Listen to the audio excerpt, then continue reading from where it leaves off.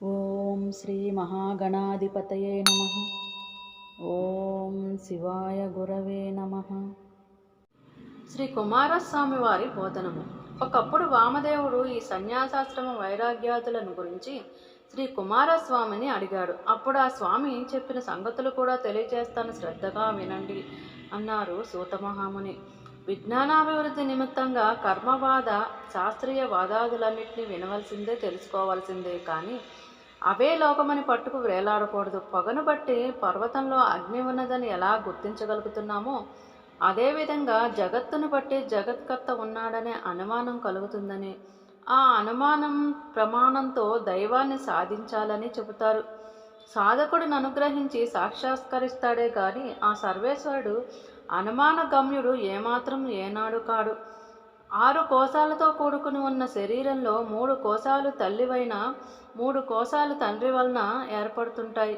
దాన్ని బట్టి సృష్టి అంతా కూడా ఈ విధంగా స్త్రీ పురుష సంయోగ జన్యమేనని తెలియటం లేదా?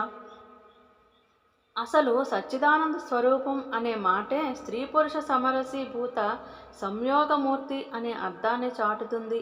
అందువల్ల ఎల్లవేళలా శివశక్త్యాత్మకమైన శివలింగాన్ని ఆరాధించడమే సర్వశ్రేయస్కరంగా తెలుసుకోవాలి అని కుమారస్వామి చెప్పినంత విన్న మీదట వామదేవుడు అడిగిన మహావాక్యార్థ నిరూపణ విషయమై కార్తికేయుడిలా చెప్పాడంటూ సూతుడు సౌనకాదులకి చెప్పసాగాడు. మహావాక్యార్థ నిరూపణ. ఓం ప్రజ్ఞానం, పరిపూర్ణమైన జ్ఞానం, బ్రహ్మస్వరూపం. ఓం అహం బ్రహ్మాస్మి. అహం అనగా నేను, బ్రహ్మాస్మి శివశక్త్యనుగ్రహ జాతుడవను నేను. ఓం తత్వమసి. తత్ అనగా బ్రహ్మము, త్వం నీవు, అసి ఉంటివి, నీవు బ్రహ్మముగా ఉంటివి. ఓం అయం ఆత్మ. బ్రహ్మ అయం. ప్రతి క్షణములో నుండి నేనునేననుచు ప్రకటించబడు ఆత్మయే బ్రహ్మము అనగా శరీరము ధరించియున్నదే బ్రహ్మము. ఓం ఈశావాస్యమిదం సర్వం. ఈ యొక్క సమస్త విశ్వము ఈశుని చేత నివాసముగానే ఉన్నది. ఓం ప్రాణోస్మి. జీవము కలవాడు అగుదుము. ఓం ప్రజ్ఞానాత్మ. ప్రతిదాని యొక్క రూపము మొదటిగాను, గుణము రెండవదిగాను, ప్రయోజనం మూడవదిగాను తెలుసుకొని మూడింటి సమ్మేళనము చే సంపూర్ణ విషయజ్ఞానము గలవానిని ప్రజ్ఞానాత్ముడు అందరు. తదేవాహాంతతముత్ర.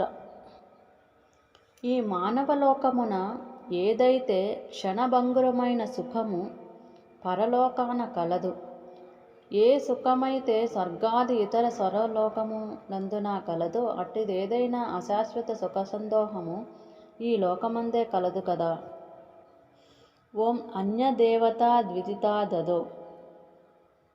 ప్రత్యక్షముగా స్పష్టముగా తెలియబడు దానికంటే ఆది అయిన బ్రహ్మము భిన్నమైనదియే మరియును ఎట్టి ప్రత్యక్షత స్పష్టత నిస్సందేహాతాదులు లేనిదిగా ఉండే పరోక్షమైన వీడికన కన్నా కూడా ఇతరమైనదే కదా అని అర్థం చెప్పుకోవాలి. ఓం ఏష ఆత్మాంతర్యామ్యమృతః. ఓం ఏష ఆత్మాంతర్యామ్యమృతః. సర్వలోక వ్యవహార వేదాదుల యందున ప్రసిద్ధుడొకటచే ఈ పరమాత్మ అనాదిముక్తుడు కావుననే నీయందే నిన్ను నియమించేవాడిగా ఉంటున్నాడు. ఓం సయాశ్చాయం పురుషేయశ్చాసావాదిచ్చేన ఏకః. సూక్ష్మ శరీరం అని చెప్పబడే మహానగర సంవాసుడైన పురుషునియందు ఎవడో అటువంటి ప్రధాన పురుషుడు, సూర్యునియందు ఎవరో అటువంటి వాడైనటువంటి పరమ పురుషుడు ఒక్కరే. ఓం నమో హిరణ్యబాహవే. శృతి ప్రకీర్తితం. ఓం అహమస్మి పరబ్రహ్మ. ఓం అహం అస్మి పరబ్రహ్మ. జీవుడనైన నేనే పరబ్రహ్మయును అగుచున్నాను అనగా బ్రహ్మయే పరుడుగా చెప్పబడుచున్నాడు. పరుడు అనగా బ్రహ్మ కన్నా పరుడైన వాడు శ్రీ మహావిష్ణువు చెప్పబడుచున్నాడు. శివేనైవ పరపరాత్ పరం ఇది శివేనైవ. శివుడు మాత్రమే విష్ణుదేవుని కన్నను అతీతునిగా ఉన్నాడు అనగా పరాత్పరం పరబ్రహ్మము శివుడే. ఓం వేదశాస్త్ర గురుత్వాత్తు స్వయమానంద లక్షణం. వేదములు శాస్త్రములు ఇత్యాది అపౌరుషేయములైన వానికి గురువు అగుటను సంక్రమింప చేసుకున్నాడు. తనను తానే శివుని దైవ నిత్యానందము అను దాన్ని అనుభవించుచున్నాడు. ఓం సర్వభూతస్థిత బ్రహ్మ. ఓం సర్వభూతస్థిత బ్రహ్మ. సర్వభూతస్థితం ప్రాణులందరి యందును ఉన్నటువంటిది ఏదైతే ఉందో అటువంటి బ్రహ్మం నేనగుట అనుమానం లేదు. ఓం తత్వస్య ప్రాణోహమస్మి. భూమి మొదలగు వాని యొక్క సమస్త తత్వముల యొక్క జీవము నేనే అగుదును. ఓం అపాంచ ప్రాణోహమస్మి. నీటి యొక్క తేజస్సుల యొక్క ప్రాణము నేనే అగుదును. ఓం వాయోశ్చ ప్రాణోహమస్మి. గాలి యొక్క మూలాధారమును నేనే అగుదును. ఆకాశం యొక్క జీవమును నేనే అగుదును. ఓం త్రిగుణస్య ప్రాణోహమస్మి. సత్వము రజస్సు తమస్సు అనే 3 గుణముల యొక్క జీవమును నేనే అగుదును. ఓం సర్వోహం సర్వాత్మకోహం సంసారి యద్భూతం యచ్చ భవ్యం యద్వర్తమానం సర్వాత్మక త్వాదద్వితీయోహం సర్వోహం. సర్వము నేనే అగుదును. అందరి అంతరాత్మల యందున ఉండునది నేనే అగుదును. అపారమైన ఈ విశ్వమంతటిని పెంచి పోషించి బాధ్యతలను ధరించిన యజమానిని నేనే అగుదును. ఏది గతించిపోయినదో, ఏది కానున్నదో, ఏది గతించుచున్నదో అట్టి సర్వాత్మకత్వమును కలిగిన రెండవ వాడు లేని బ్రహ్మము నేనే అగుదును. ఓం సర్వం కలిత్వం. ఈ సమస్తమును బ్రహ్మయే అగును. ఓం సర్వోహం విముక్తోహం. సర్వమునకు అహం అయిన శివుడు నేనే అగుదును. సర్వస్వము చేత విముక్తుడనగువాడను నేనే. ఓం యో సౌ సోహం హంసః సోహమస్మి యః. ఎవడైతే ఈ పరముడో అది నేనే అగుదును. శివుని సూక్ష్మమైనదియు నేనే అగుదును. ఈ 22 మహావాక్యాలుగా ప్రసిద్ధాలు. నిత్య మననార్హాలైన వీటిని ఉపదేశించిన వాడు శివాబుడేనని తెలుసుకోవాలి, గౌరవించాలి, ఆరాధించాలి. స్వసంప్రదాయకంగా సాష్టాంగ దండ ప్రణామాలు ఆచరించాలి. యతి అనేవాడు పరిశుభ్రంగా స్నానం చేయాలి. భస్మ రుద్రాక్ష ధారణ గావించుకోవాలి. ప్రణవం జపించాలి. శివారాధన చేయాలి. భిక్షాటనం, ఏకాంతవాసం చేయాలి. ఇవి తప్ప ఇంకేమీ చేయరాదు. తాంబూలం కానీ, ఇత్తడి రాగి మొదలైన లోహ పాత్రలు కానీ, రేతో విసర్జనం కానీ, తెల్లని బట్టలు కానీ, పగటి నిద్ర కానీ, రాత్రి భోజనం కానీ యతి అనేవాడు ససేమిరా సరిపడినవిగా తెలుసుకోవాలి. సామాన్యుల మృతదేహానికి సంస్కారం చేయకపోతే దుర్గతులు కలుగుతాయి. యతి యొక్క మృత కళేబరానికి సంస్కారం చేస్తే దుర్గతులు కలుగుతాయి. యతి మృతదేహం దూషించబడినా సరే అది రాజ్యానికి అరిష్టమవుతుంది. యతుల మరణానంతరం ముక్తులవ్వడమే గనుక వారిని దహనం చేయనక్కర్లేదు, ఖననం చేస్తే చాలు. యతులకే కాదు, లింగదారులకు కూడా ఖననమే శివాజ్ఞయ్య ఉంది. యతికి మరణమాసన్నమైనప్పుడు సహవ్రతులు సన్నిహితులై ఇతపూర్వం చెప్పిన మహావాక్యాలను అర్ధసంహితంగా వినిపించాలి. పరంజ్యోతి స్వరూపుడైన శివునికి నమస్కరించాలి. యతి అనేవాడు మరణించగానే నమ ఇరిణ్యాయచ మొదలుకొని నమ అమీవత్కైభ్య వరకు జపించాలి. తుదిని ఓం అనాలి. నమ్మక చమకాదులతో మృత స్నానాదులు సాధారణమే. శ్మశానం చేరాక కానీ లేదా ఖననం చేయదలుచుకున్న చోట కానీ గుంట తీసి నేల మీద నీళ్లు జల్లి జమ్మి ఆకులు, పూలు, దర్భలు పరిచి ఆపై మృగచర్మం పరచాలి. దాని మీద పట్టుబట్ట వేయాలి. గుంట యతి యొక్క దండ ప్రమాణంగా ఉండాలి. మళ్ళా ప్రణవ సహిత పంచబ్రహ్మ మంత్రాలతోనూ రుద్ర సూక్తంతోనూ పంచగవ్యాభిషేకం చేయాలి. శంఖోదకం చల్లాలి.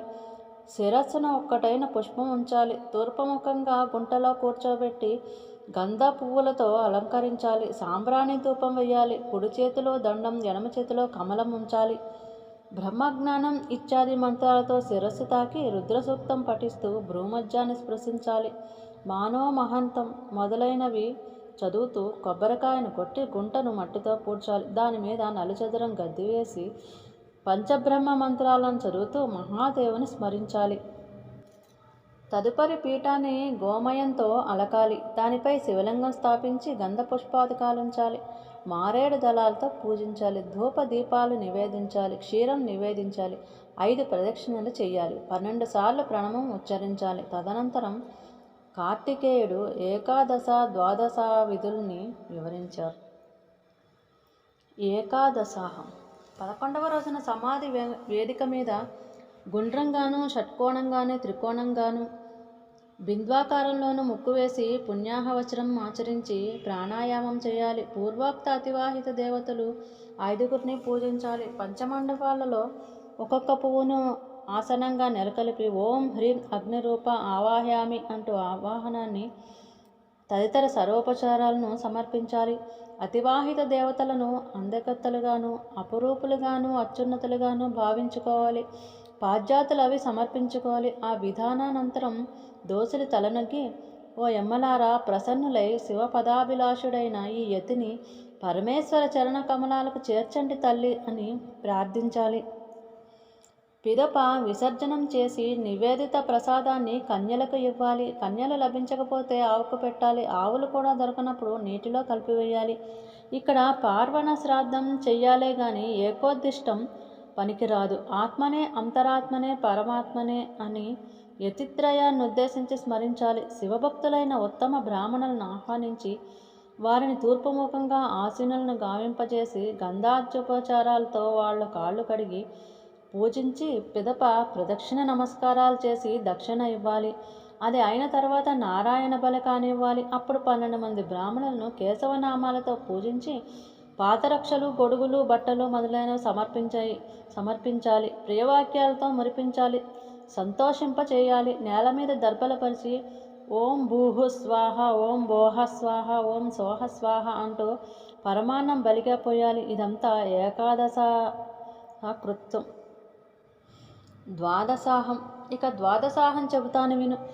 కర్త 12వ రోజు ఉదయమే లేచి దంతధావనాదుల స్నానాలు చేసి నిత్యకర్మను ఆచరించి శివభక్తులైన యతుల్ని కానీ గృహస్థులైన బ్రాహ్మణులు కానీ పిలిచి మధ్యాహ్నం వేళ వారు స్నానం చేయనట్లు చేసి రుచికర పదార్థాలతో భోజనం పెట్టాలి. అది వారు భుజించేలాగా చేయాలి. మహాసంకల్పం చెప్పుకొని అస్మద్గురు పూజ్యాం కరిష్యే అంటూ ఉచ్చరించి కర్త మౌనంగా పాద ప్రక్షాళనం చేసుకొని ఆచమించి భస్మరేఖలు దాల్చి భోక్తలను తూర్పుముఖంగా ఆసీనులను గావించాలి. సదాశివ, మహేశ్వర, రుద్ర, సజ్జోజ్జాత, వామదేవ, అఘోర, తత్పురుష ఈశానాభులుగా భావించి 8 బ్రాహ్మణులను ఆవాహన, ఆసన, ఆజ్ఞ, పాశ్చాత్య విధులతో అర్చించాలి. ఆచమనీయం ధూపం దీపం కానివ్వాలి. సకలారాధనం సంపూర్ణమస్తు అని నమస్కరించాలి. తదుపరి అరటి ఆకులతో శుద్ధాన్నం, పాయసం, భక్ష్యాలు, పప్పుకూరలు మొదలైనవి ఉంచి విష్ణోహవ్యం రక్షస్వ అంటూ బ్రాహ్మణుల చేతులలో అన్నము స్పృశింపజేసి ఆపోసనమిచ్చి సదాశివాదులు ప్రీతులై వరదలగుదురుగాక అని ప్రార్థించాలి. ఏ దేవా ఇత్యాది మంత్రపూర్వకంగా సాక్షత జలాన్ని విడిచి సర్వత్రా అమృతమస్తు అంటూ నమస్కరించాలి.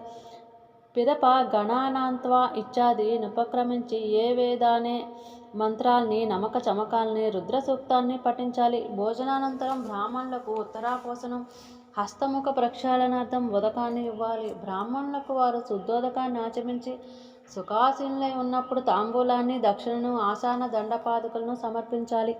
సదాశివాదులు సంప్రీతులై యథాసుఖముగా వెళ్ళుదురుగాక అంటూ వారిని గడప దాకా సాగనంపి అనంతరం కర్తదీనులు, అనాథులు మొదలైన వారితో కలిసి భోజనం చేయాలి. ఇలా ప్రతి ఏడు గురువారాధనం చేసేవాడు ఈ లోకంలో మహాభోగాలన్నీ అనుభవించి అవసాన కాలాన శివలోకం పొందుతాడు అంటూ కార్తికేయుడు వివరించి చెప్పిన యతుల ద్వాదవాహ విధిని సూతుడు శౌనకాదులకు బోధించాడు. శ్రీ వేదవ్యాస మహర్షి విరచితమైన శ్రీ శివమహాపురాణమున కైలాస సంహిత సమాప్తం. ఇయం భగవతి సాక్షాత్ శ్రీకంఠార్ధశరీరిణి పంచవక్త్ర దశభుజ త్రిపంచనయనోజ్వల నవరత్న కిరీటోజ్జ చంద్రలేఖావ్రతంసిని శుద్ధస్ఫటిక సంకాస కింకిణీనూపరాదిభిః హారకేయూరకటక కింకిణీనూపరాదిభిః భూషితావయవా దివ్య వసనరత్నభూషణ విష్ణునా విధినా దేవ ఋషిగంధర్వనాయకైః మానవైశ్చ సదా సేవ్య సర్వత్మా వ్యాపినీ శివ సదాశివస్య దేవస్య ధర్మపత్ని మనోహర జగదంబా త్రిజనని త్రిగుణ నిర్గుణాప్యజా. శివ శివాని పాదార్పణమస్తు. స్వస్తి.